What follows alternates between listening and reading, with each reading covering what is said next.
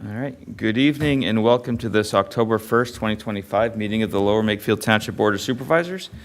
Please join us in the Pledge of Allegiance.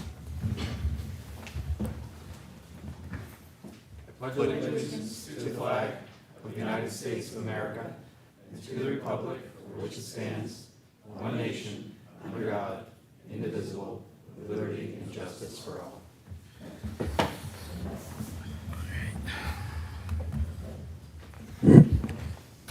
Start off with a roll call. Supervisor Lewis. Present. Supervisor McCartney. Present. Supervisor Ross. Here. And Supervisor Blundy. Here. All right, all present and accounted for. Some community announcements tonight. Reminder, during this portion of the agenda, residents and youth organizations may call in to make a special announcement or contact the township at admin@lmt.org to request a special announcement be added to the agenda. Reminder that the 2025-26 deer hunting season has started. All areas being hunted are properly posted. If you have any questions or concerns, you can reach out to the township at admin@lmt.org. The Friends of 5 Mile Woods are looking for volunteers to help with 5 Mile Woods cleanup. They are held the second Saturday of the month at 9 a.m. From July through October. If you have some free time and would love to volunteer, we'd love your help. Please come in comfortable clothes that you don't mind getting dirty, and bring along your work gloves and water to stay hydrated. If you have any questions, you can email Monica Tierney at the Park and Rec Department, monica.t@lmt.org. The Yardley Makefield Fire Company is having their annual fire prevention open house next Friday, October 10th, from 6 p.m. to 9 p.m. at the Woodside Firehouse, located at 652 Stony Hill Road, across from McCaffrey Supermarket. The Environmental Advisory Council is hosting their styrofoam collection event on Saturday, November 1st from 10 a.m. to noon here at the Township Building. Along with your clean white styrofoam, you can also bring natural corks, clean pill bottles with tops, and batteries. If you have any questions, you can check out the calendar on our website or reach out to the Township at admin@lmt.org.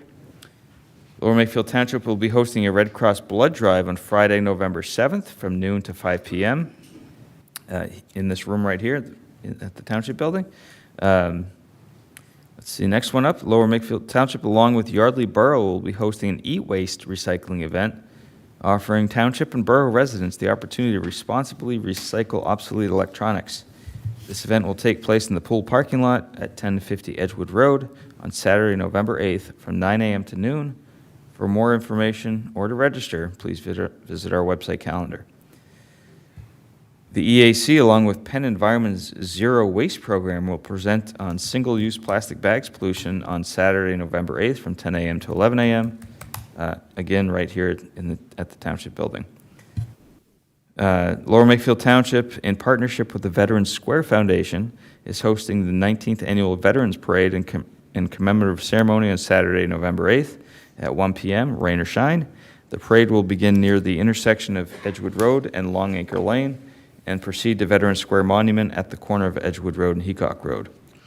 One additional announcement, the board is setting up an ad hoc special events committee to recognize the 25th anniversary of 9/11.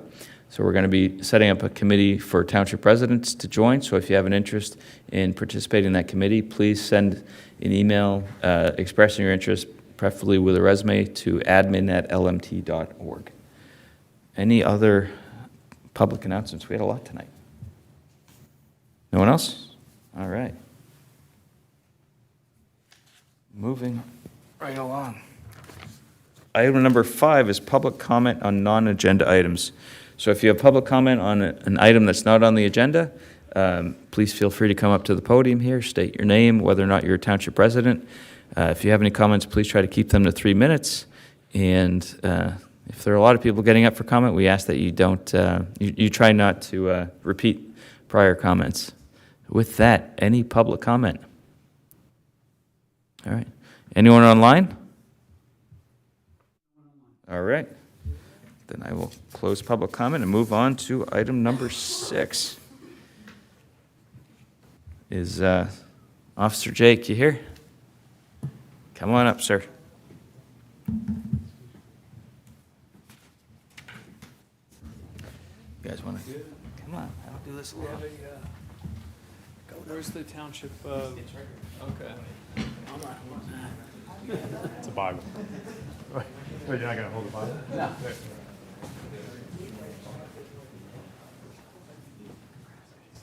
What's that? Yeah, you can take it.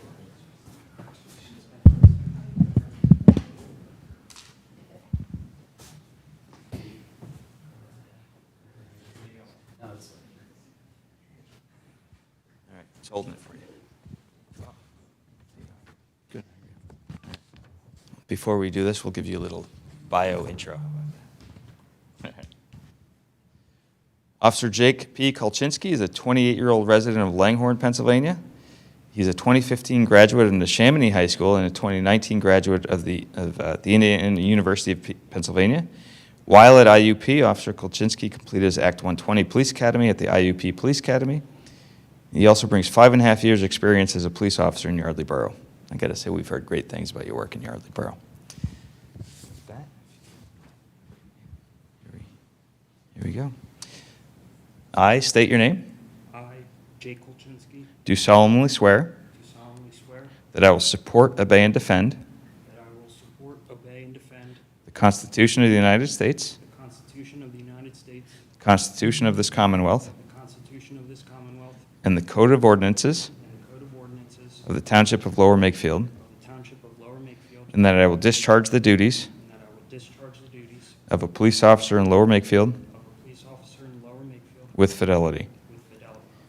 I state your name. I, Jake Kulchnisky, Acknowledge that I will uphold, acknowledge that I will uphold, obey, and enforce obey, and enforce the law without consideration the law without consideration to a person's race, to a person's race, color, color, sex, sex, religious creed, religious creed, sexual orientation, sexual orientation, age, age, national origin, national origin, ancestry, ancestry, handicap, or disability. handicap, or disability. Welcome. Congratulations. Thank you. Good job.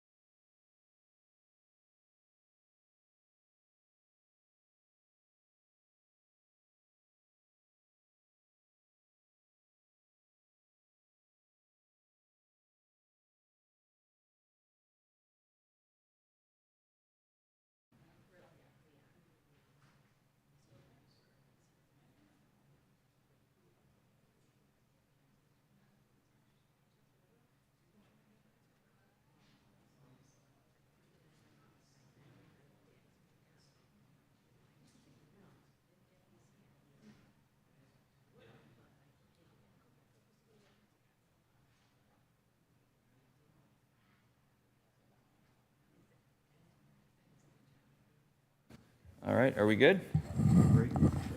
Shall we? We got Are we live back there?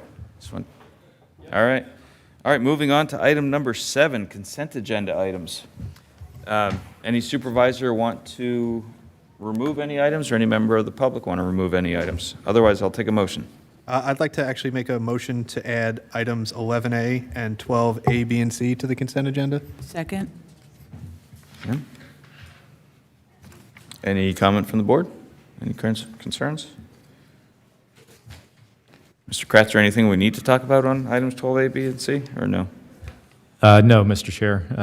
The documents that are in your packet speak for themselves. They're pretty customary items that you address on an annual basis. Okay. That being said, so we are first having a motion to add those items to the consent agenda? Correct. So I will call that to question. All those in favor? Aye. Aye. Hearing none opposed, that motion carries. Then do you want to make a motion to approve the consent agenda? So moved. Second. All right. All those in favor, please say aye. Aye. Aye. All right, motion carries 5-0. We're going to have a quick meeting. I like it. Item 8 is the engineer's report. We have the report in our packet. The engineer is here. If you have any questions, please feel free to ask. If not, we can move on to the next item. All right, move on to the next item. Where he was. I- No. Okay, I missed it. Item number 9 is, we're going to have a, discussion about what our upcoming budget process is going to look like, correct? Yeah, and I can quickly address this. It's more just a heads up for the Board of Supervisors, and then ultimately in terms of dates, it'll obviously be communicated to the public as well. In your packet was a proposed calendar for the 2026 budget adoption process, budget consideration and adoption process. There were 2 special meetings that were contemplated. The dates that were noted on the calendar were October the 22nd and October the 29th. I understand that some members may have conflicts on those 2 evenings. So what we'll do is we'll follow up and send an email out soliciting availability to try to schedule those 2 meetings. And then again, once those 2 dates are decided upon, we have the legal obligation to provide notice. So the notice will be provided both in terms of formal notice as well as notice through the township website and the township social media pages. So again, happy to address any questions that you may have at this point, but it's just more a heads up that we're going to be trying to solicit availability for some special meetings relative to the 26 budget. And relative to how this relates to the previous year's process, it's pretty similar in that we have a couple meetings with workshops to present the details from department heads and yourself, and then after that, we'll end up having a meeting to present the proposed budget, advertise it, and then it has to be accepted by the end of the year, right? That is correct, yes. So in terms of the actual adoption process beyond the workshops, there would be a preliminary budget presentation on the 19th of November, which is a regularly scheduled meeting of the Board of Supervisors, in which you would authorize, potentially authorize at that time, advertisement of the preliminary budget for public inspection. And then on December the 17th is the targeted date, if you will, for final adoption of the 2026 budget. Good, so everyone will keep an eye out for an email and... Yeah, you get should be back to you receiving with that dates. tomorrow. Yep. Okay, appreciate it. All right, moving on to item 10. Mike, you want You, Mike. to come up?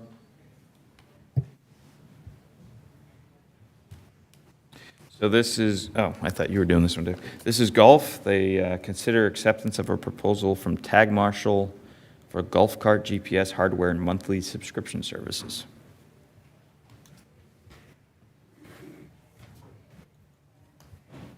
I want it. Oh, I gotta do that.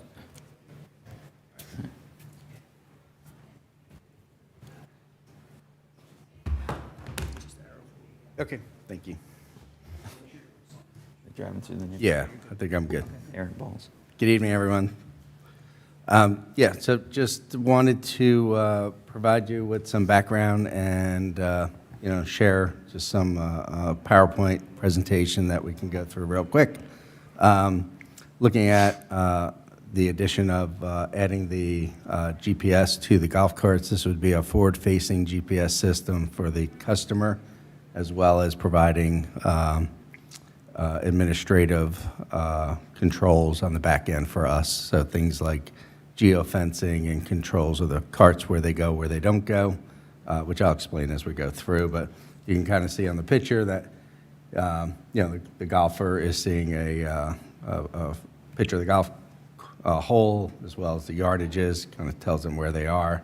It also shows where other golf carts are, which is very helpful for us in a few of our holes where we have some blind shots, so it does make it a lot nicer. We're looking at the 10-inch screen, the larger screen. And then just a couple of things that it does have two-way communication and features, so that in addition to the live mapping, alerts are out there. Things for pace of play can be communicated. Food ordering, when they're out on the golf course, they can do some food ordering on certain holes that we set up. It provides an advertising module for us, so we can then provide some advertising, which could create some ROI. And then a Golf Genius integration, which is the software that we use for scoring and tournament play, so it would enhance our events and our outings as well. The live mapping, this is kind of the back end, what we see in the pro shop. Kind of provides for some solutions of real-time, line of sight, so we really see every golf cart, see the pace that they're at and the flow that they're at.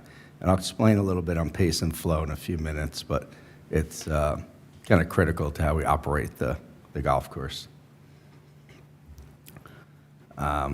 Just some data points. It does provide a host of reporting for us. Again, kind of seeing each hole, how each hole's pacing out, how the flow of the golf course is working. And it does just help you kind of look at trends as we're going forward. So it'll just enhance what we're trying to do as far as getting golfers through the course. Couple other things. Geofencing is always an important feature, so you can see kind of where they could breach an area where we don't want them. It'll stop the golf cart, or we can have it just make a sound and let them know they're in a place so that they can back up. It helps with, obviously, interaction with the golfer. We do get those times. So when I'm talking about pace and flow, pace is, truly what you play at, what the time you play, but flow is kind of what it feels like. So you can play a 4.5 hour round of golf and kind of it'll pace out and feel like the flow's good and never think of it, and you may play a 4-hour round. If you're waiting on every shot, it feels slow. So it's really an important thing that you understand both pace and flow. So a lot of their reporting on the back end provides that for us. Talked a little bit about geofencing, but just again, an important feature to kind of manage turf and keep them out of areas we don't want them in no-mow areas. Par 3s, keeping them off the keeping them on the cart paths. If we do have a wet day, we can make a cart path only, so you can set up multiple solutions for the product. The heat mapping is really interesting. This is kind of a piece that allows us, for the superintendent, to really see cart traffic. As we're kind of setting up the golf course, we're constantly moving signage, moving ropes, kind of moving carts around to lessen the impact on the turf. So this really helps the super kind of see where the real places are, where you're seeing most traffic, so then he can help manage around it. It does integrate with our Club Caddy software, so it's important we have that integration, so the golfers can tie right to the GPS, so then we can actually get their names up there. They can see them, be kind of tied right into the system. That's the live scoring features. So there's couple different options and ways we can display that for them. They can keep score for themselves right on the system. So when they get in, their scores are kind of done for the outing. Everything's kind of gets wrapped up very quickly. And they can also have leaderboards so they can kind of have fun out there and kind of see what's going on and see what the other players are doing. So it's kind of a fun aspect to it. So it's a really nice feature. And then just kind of tying it all up is really just kind of thinking about three pieces that it really provides for us. That enhanced player experience, which is, I think a very important reason why we're talking about this. The efficiencies and pace of play and the management of the flow, having those analytics is really important.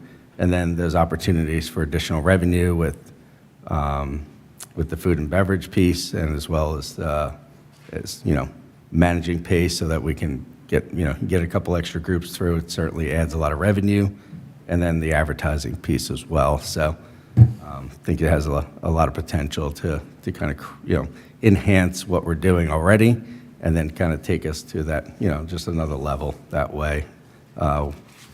Perfect timing with the new golf cart fleet coming in. And that's it. So, just any questions? Yeah, big one is, so there's a cost associated with this, Sure, correct? yeah. Which we haven't covered. Yeah. And then how many additional rounds, or, with that cost, how do we plan on covering that so we're not just spending it on a new toy, so to speak? Yeah, Dan. I think it's when you look at the old picture, it's about a $27,000 annual cost to us.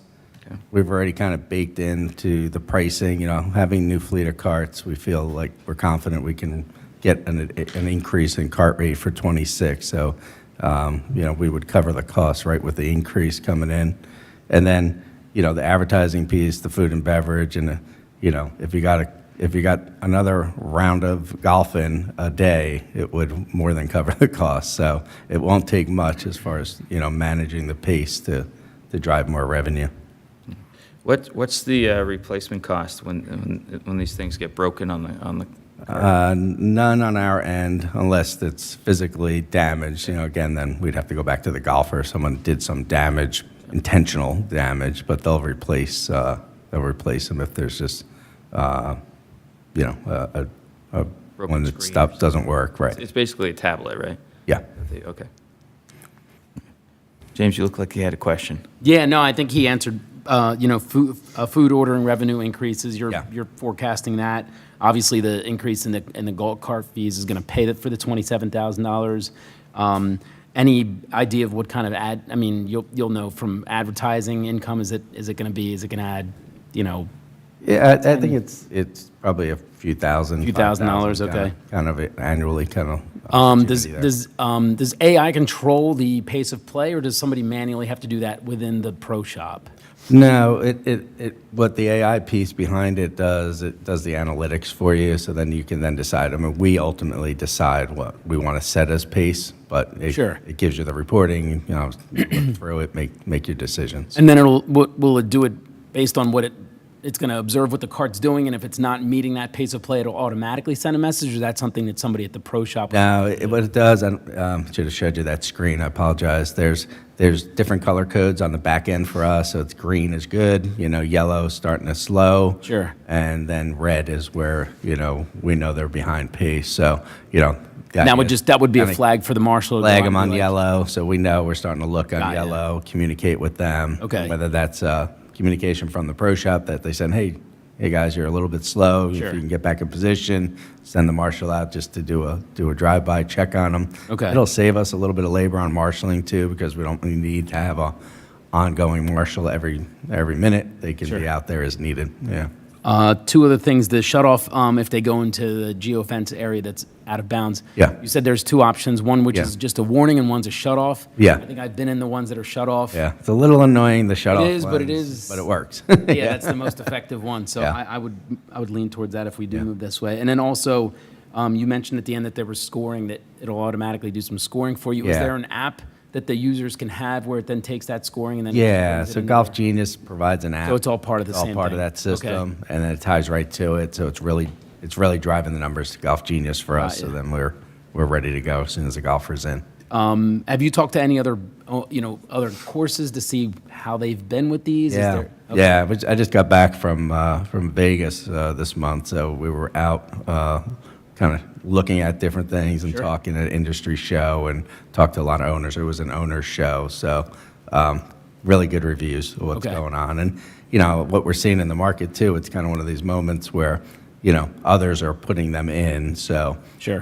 it's almost, not that it's expected at this point, but I think at our level golf course, it's becoming something. And do they cover the cost? So the 27's all in. Do they cover the cost of retrofitting the devices onto the Yeah. carts and maintenance and all that stuff? The software, the ongoing, all that is on them. Everything's in that number, Okay, yeah. excellent. Thank you. Yeah. Do we have monthly license fees or anything like that? No, it's all in that 27. Okay. It's all wrapped up. Who ultimately owns it? Does the township own the? It's a lease. They own the product at the end, I believe, so we would. We would be the executing party, though, if that's the question. Is that what you're asking? Could you repeat what you said? I'm sorry, we would be the lessee, the township would be the lessee. Is that what Okay. you're, Yes. what you're asking? Yeah, Okay. we're just going through this RFP process, and Sure. we're sure. buying stuff. We want to make sure we own it. Yeah, so similar to the carts, it would be, that would be a lease that is, the township is the direct lessee of the product. Okay. So to the extent that there was any change, that the product would it would continue with us and ultimately, Yeah. again, depending on structure or whatever it may be, it would, it could be either ours or an obligation of a lessee if we change structure in terms of how we're looking at the golf course. Yeah. Now, if a golfer, like there are all kinds of free apps to track you on a course, track your scores, all that stuff. Sort of the Strava for golf, I guess, for those that do biking and running. Do they have to use this? Is it going to be on every cart and they have to use it and they're basically paying additional fees? It's on the carts, so, yeah, it'll be there available to them. They're going to see it. If they want to use a laser to shoot it, it's going to give them the pretty much same information. Yeah. So, yeah. I have lasers in my bag that I use when we're at golf courses that don't have it, but when we have it, we're all looking at the screen and just using it, yeah. So do you anticipate increased greens fees to cover the costs? Yeah, I think in '26, we're going to see some increases in green fees and cart fees, and we're talking through that right now in the budget process, and, so we look forward to kind of diving a little deeper into the green fees and cart fee conversation as we Yeah. go forward.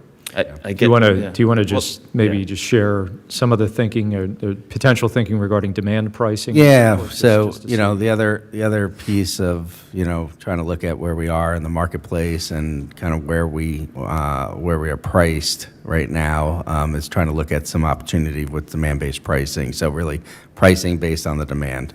And, no different than airlines or hotels where, in your busiest times, you're going to demand a higher price. When it's less busy, the price will adjust. So, we can adjust floor, we can adjust the ceiling. We have that opportunity to do both of those things, as well as manage residents. So if we want to put residents into that demand-based pricing or not put it in, we can have that option. So those are the conversations that, we'll be talking through in the budget. Yeah, and you said it just in terms of customer base, just again, for context, the resident versus non-resident golfer, I think you told me maybe 30% of rounds played by residents. A little bit less than that, Less yeah. than that? Yeah, Okay. a little bit less than that, yeah. So the majority of the customer majority base is a right. significant majority of the customer base is a non-resident customer base. Correct. Okay. Yeah, and we're doing more rounds now than ever. So, it's kind of important too to balance how many rounds are out there because that's all traffic. That's all, more pressure on the golf course as well. Go for it. Yeah, so a couple questions, certainly interesting technology. Questions for you on the food and beverage. So one area I know right now will have people with carts in the middle, but if I can order stuff, could I then have it delivered to a specific cart so that 3 holes later it's available? Yeah, Okay. yeah, Would the that allow opportunity's there. me potentially to increase my per ticket? Because if I could get, right now it's sort of like, drinks, hot dogs maybe.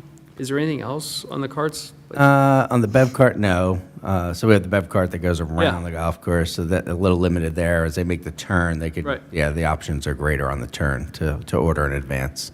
So sandwiches or, Yep, you know, so those burgers, could whatever. all be prepped and ready so that Yes. you'd have fewer time. Okay, so two options. One is to think about, like, how do we maximize that food and beverage revenue from both at the turn, that way that they're ready at the turn, that their meal is ready. Sure. And then if there's ways that we could increase the ticket amount for the drinks that they're drinking while driving, or while they're while they're on the course, Yeah. that would also be something that we would need to, if we can increase the average revenue per user that's food Sure. and beverage. Along the lines, when the time of pace of play and the score, does that get loaded into the reservation system that the golf course uses? So when I go to reserve a tee time, right, you know it's me, you have my, and by the way, I'm sorry I had to cancel last week, so I had a friend who couldn't make it, but if you knew, for example, that I'm a slow player, which means I'm more expensive and less desirable than somebody who's a faster pace of play player, could you then, when you decide to offer yield management stuff, like say, okay, we know Thursday may be cloudy, right? It's not sure if it's going to rain, and a lot of people aren't reserving, right? But you know there are hardcore golfers that are fast, right? Can you then say, okay, I want to target these people for a specific message with a targeted discount to get them to golf if they're in yield management? That's a good question. I don't know if it goes that deep into their pace of play. We do get that data Right. with the tee time as far as knowing what the golfer themselves and that group is playing at. So Right. it does track that. So we do have that information as far as how we can use it in demand-based pricing. I don't know the answer at this moment. So I as can you find start out. to go through that process, a couple things, knowing who the best golfers are, right? And, okay. By best golfer, I wasn't talking about score, I'm talking about My revenue. best golfer. Best golfer. But if you are, you might be the best on revenue. But if we know that, then the question becomes, what is the latitude you have on pricing? Meaning that as we go through budget season, and I had a recommendation from a resident who said we should eliminate the non-resident senior discount. I don't know how many of those folks are in the pool of players, but that seemed to make some sense to me, Yeah. right? And if you're saying, when we go to the budget season, I'd like to do yield management pricing, what's the discount, what's the sort of authority that we would give you to discount, right? So you might say 15, 20% as a test, or Yeah. or Yeah, what again, have you. we can control the floor. Right, We have the ability to say what you want to make that floor, right? yeah, so when the budget process comes, certainly look at what's the option about, say, removing the non-resident senior discount. Yeah. It's part of my war on seniors now that I'm older. And then second, think about what the flexibility you're looking for in terms of yield management pricing. And so that when you come for us and you say, okay, I'd like to do this as a test, then we know roughly what that is and the circumstances you would test under for that. Because I think that's particularly interesting. And for those who are, like Supervisor Blundy, high-value golfers, right? She should have received that discount, whereas me, not a high-value golfer, maybe on the food and beverage side, but not on the golf side. Yeah. You can select those people to keep that loyal group of customers happier and give them the flexibility, Yeah. increase Yeah, things. no, I know what we you're want saying. them. Yeah. This technology could be very helpful in and, that. and one of the pieces of our Club Profit technology too is now tying in rewards and programs based on how much they play and things like that. So we'll be adding that also in 26. Okay. Yeah. Yeah. Is there an opportunity to do like, to get some samples and do a test run with it to see? Well, on the useful or demand-based pricing, are we talking about demand-based pricing? You're talking about on No, these no, no, units? I mean, the tag I'm getting back to the original discussion on Oh. tag marshal, I guess it's called. Yes. Is there an option to get some samples and do some test runs to see how it works and if it is useful? I don't think so. I don't think we're going to be in that place where you can, like, test a couple, you mean? Yeah, if there was a salesperson who, Yeah, I mean, I've seen the product, and, you know, I've used golf carts with it, and so we did experience it. I mean, so I could tell you it worked really well. It was a good product, but as far as testing it, you know, it'd be probably challenging because they got to install on the golf carts themselves. I mean, they have to actually install the product, you know. yeah. So just following up on that, the price that we're talking about is for a year? Per year, annual. And yeah. so if Oh, it's we find that after the year or, you know, halfway in, we're not so happy, we can cancel at the end of the year, or are we locked into a? No, you're locked, it's a Locked multi, it's a in. multi, it's a multi-year. It's a agreement. multi-year. So can we just look into what the, you know, ability to cancel early is, if there's any fees, et cetera? I can certainly go back to them and say, listen, if you want to try to make this work, they just want some leeway after the first year or something like that. Yeah, I mean, it's always good to Yeah. explore it. I mean, I Thank you. can give it a try, sure. In terms of timing, my personal preference would be to hold off on a vote until, as part of the budget process, so we can wrap it into the fees discussions and all that. And Yeah. hopefully by that time, you're able to get some answers on that, because that's a big deal. I think it's 31K when you add all this stuff up per year, that can add up over time. I Do we mean, know if they you have know- the opportunity to increase their fee per No. each year? So it's, Yeah, it's a set price for the, so there's not the like a contract. 4% increase for No. any of that crap? Okay. Nope. I mean, it is 31, but at the same time, we know that we're going to be, recouping some of that by the increased fees and by the ad revenue and whatnot. So I do acknowledge that there's a concern there about it, but I think, not that it's going to be a break even, I don't know. Mike, do you think it could be a break even ultimately? I think it'll be a profit center, yeah. I mean, I think it's going to create opportunity to add profit as well as, I think, enhance what we're providing our customer. So again, if we give golfers choices, we want to make sure they choose us. So just trying to put ourselves in the best place for that. Yeah. I mean, the reason I'm looking at, as we do the different fees and whatever, is to see if we can model, is it a break even, or is it hopefully it's not a loser, right? Yeah. But is it a profit generator, and how much would it, what's the cost benefit analysis of Yeah. getting these things?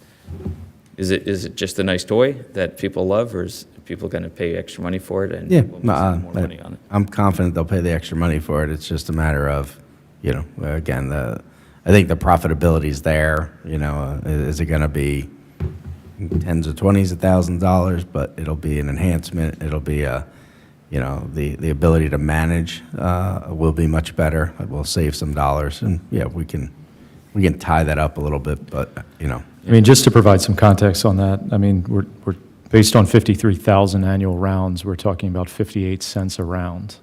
That's how small of a cost To generate. increase. to generate the additional revenue necessary to cover Right. $31,000 of additional cost. So I just want to make sure. Yeah, I think when I did the math, it was something like we needed based off of 53,000 to cover the 31K per year, we need like 400 extra rounds a year at a, Yeah, depending on price. I guess I was just saying from a pricing From a adjustment pricing, yeah. standpoint, you have to increase cost of a round by 58 cents in order Based to on generate. current pricing. Based on current Based on pricing. current pricing today, yeah. Is there any other public courses that have us in the area so that if somebody wants to try it out, they can go to? Do you know of anybody's using the area? Yeah, I do. I don't know I'll go back and ask them which Right. properties they are at. I don't necessarily want to view this just in terms of a round of golf. So there is a cost save in the marshal's time, because Yeah. the marshal could be employed doing other stuff. Correct. But it's the average revenue per golfer that's exciting to me, that's what I want to increase. Sure. Whether Me it's too. higher greens fees or food and beverage or Yeah. anything. It's the data. Or, you can't monetize it. You can monetize this in terms of loyalty, but if we can find ways to increase the number of folks that golf, any of those elements, Yeah. so it's overall volume and then ARPU per golfer. Agreed, yeah. But that's something we haven't done remember, was it 6 years ago? We did a benchmarking study. Yeah, Remember where we went to all the public courses and we said, okay, what's their rates? What's their average revenue for greens fees, and then their average food and beverage for those at home? At that time, we crushed it in the greens fees. yeah.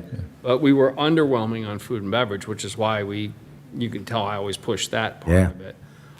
Yeah, I can. Do you want to? I can add a little, I can add a little context to that Yeah, too. I mean, just in terms of the ongoing benchmarking Yeah, so efforts. I mean, we're working now with a company called Greenlight Advisors. So they put together the municipal golf study.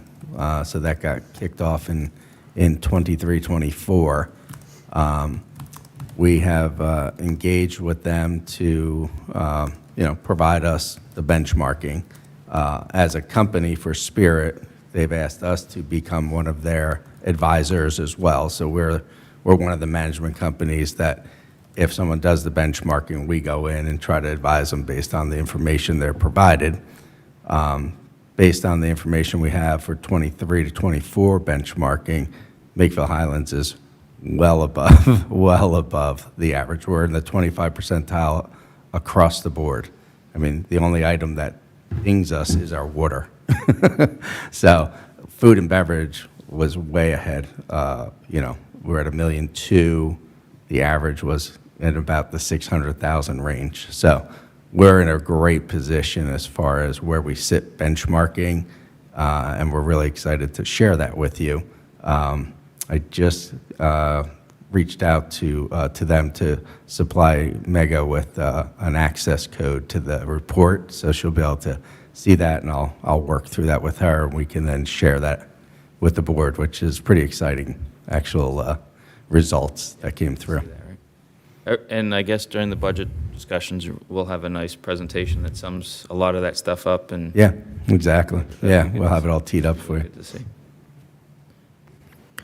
So just in part, the timing issue on this, Yeah. the way the lease agreement is structured at this point, it permits essentially implementation now with costs not incurred until April of 26. Correct, yeah, we did get some deferred, this way they can do the install, not pay for it till next year.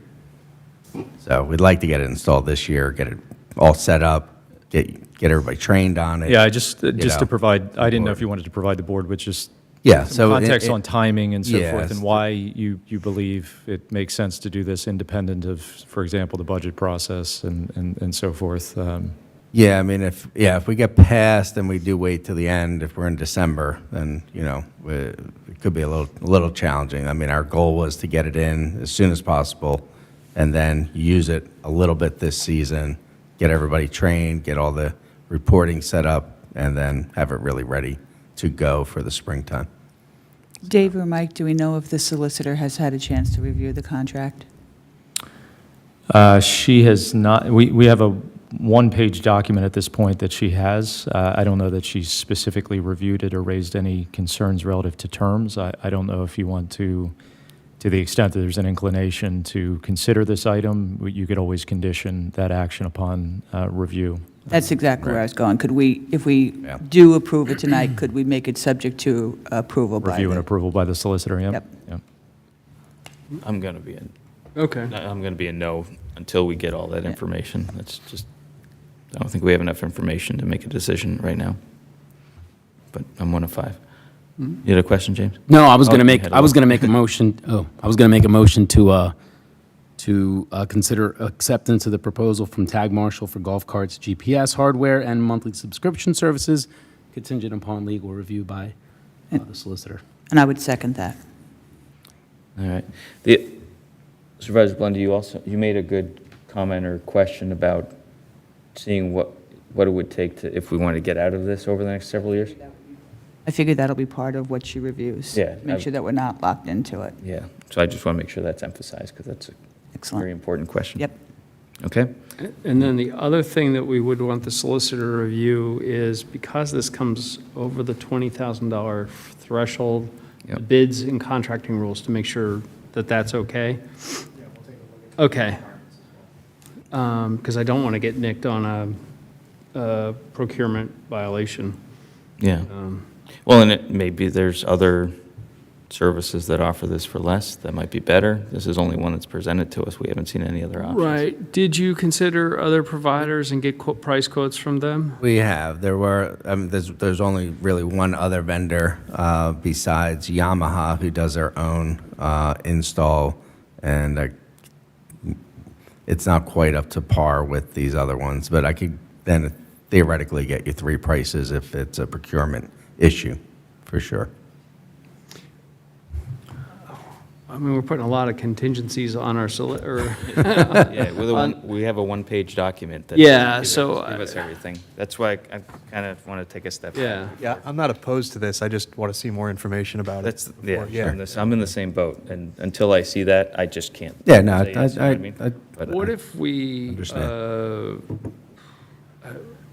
charge the solicitor with reviewing the agreement, making sure we hit the procurement, the option to terminate for convenience, and that we just put it on the consent agenda for the next meeting if Everything. If we get everything we need to make Sure. what, I'll say I won't put words in anyone else's, but to make a more informed decision, then it's something we could easily vote on next Understood. week to get Yeah. done. Or next meeting, sorry. So do you want it, James, to table it, or you On want to? table? No, I don't want to table it. We'll vote. All right, vote up I'll if you move don't to wanna do table. it. I'll second it. So that would take, So we vote It's on the same table way, immediately? yeah. Yeah. Go ahead. So motion is, the motion on the floor is the table. We have a first and a second. So all in favor of tabling, say aye. Aye. Aye. Opposed? Opposed. Okay. So table it 3-2, but it's not done. Yeah, That's the totally. key, right? We just Yeah, I want some understand. more information. Is the next meeting in 2 weeks, or are you a month?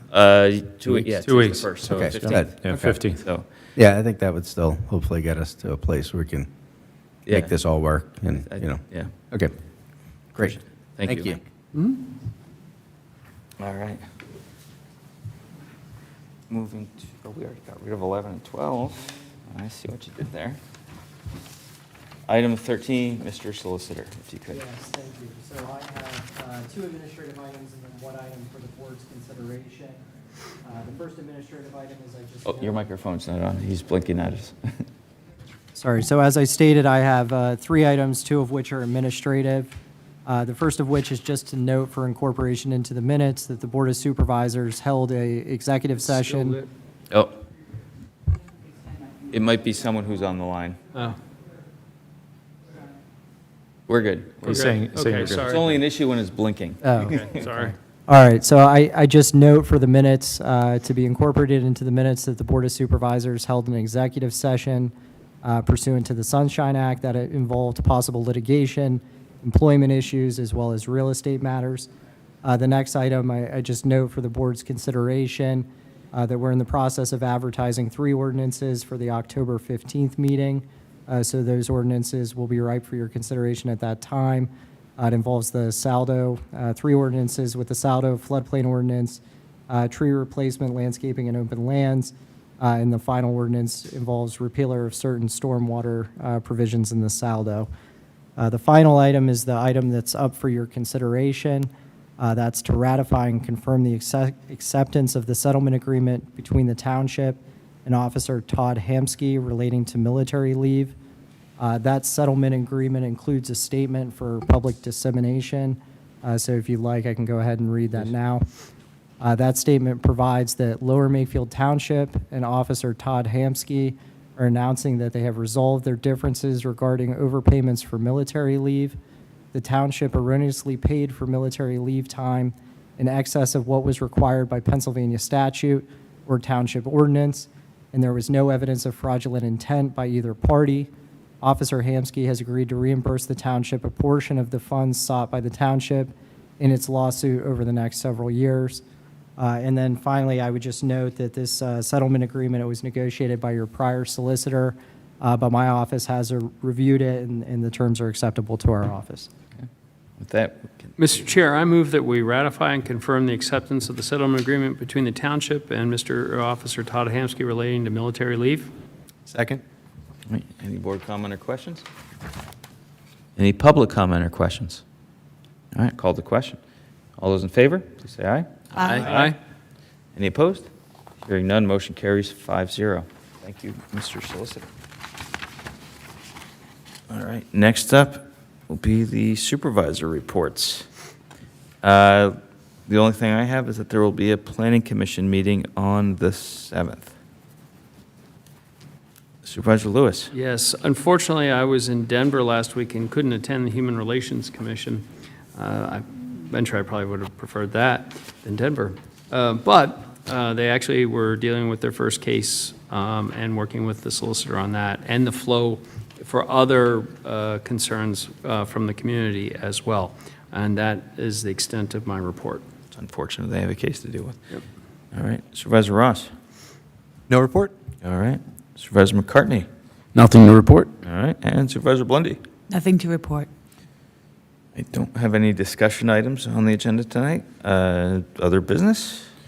I did have a quick question. I had a resident bring to my attention that there was a rash of break-ins in the neighborhood directly across from Kohl's. Okay. So I don't know if Chief can maybe give us a little bit of lowdown of He's making his way to the podium. maybe some PSAs on how to avoid these. Obviously, things like locking your cars, that sort of thing. BMW driver. Steal the chief's thunder. Yes. So yes, we have had a number of break-ins, but it's not limited to Lower Makefield Township. We're working, our criminal investigative division's working with both Newtown and Middletown townships that have experienced the same thing. We have had a number, I think 2 or 3 vehicle thefts to this point that we believe are involved with these break-ins. They're stealing cars from our municipality and other municipalities doing the break-ins.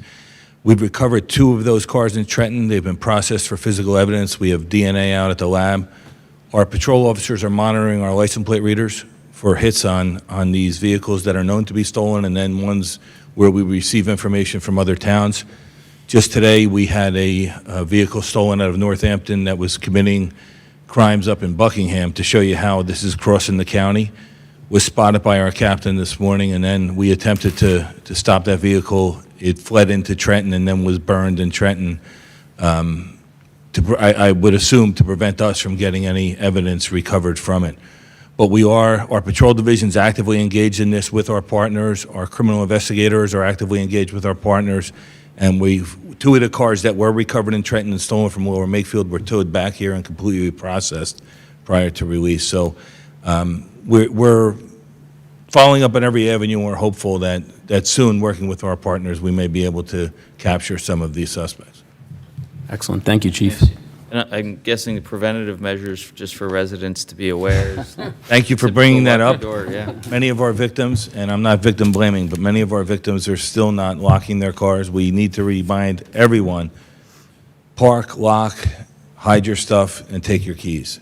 And I could talk to you offline, but there is a way on high-end vehicles for suspects and criminals to know when the keys are in there without even approaching it. And I'll fill you in. I don't want to give any would-be criminal that information right now, but I could talk to you offline later. I think I know. Anywho, but no, that's always a good reminder. I believe Supervisor Ross is the only one with a high-end vehicle, so. I certainly am not. But thank you, Chief. Thank you so much, Chief. welcome. Thanks. All right. Actually, thank you for bringing that up. Of course. Item number 17 is appointments and reappointments. I think we might have a few reappointments. Yep. Mr. Chair, if I could, I'd like to reappoint Daniel Bankowski to the Farmland Preservation Corporation. His term was up September 3rd, 2025. And can I combine them? Sure, if folks are okay with it, sure. Yeah. I'd also like to appoint Mr. Jeff Herco of Harb. His term was up August 16th, 2025.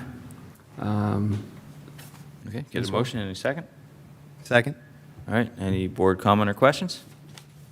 Any public comment or questions? All those in favor, please say aye. Aye. Any opposed? Hearing none, motion carries. Welcome back to the boards, gentlemen. With that, I will go to item 18, which is just like number 5. Item 5 public comment on non-agenda items. So if you have public comment, please come to the podium, state your name, whether or not you're a resident, and please try to stay to 3 minutes. All right. Anyone online?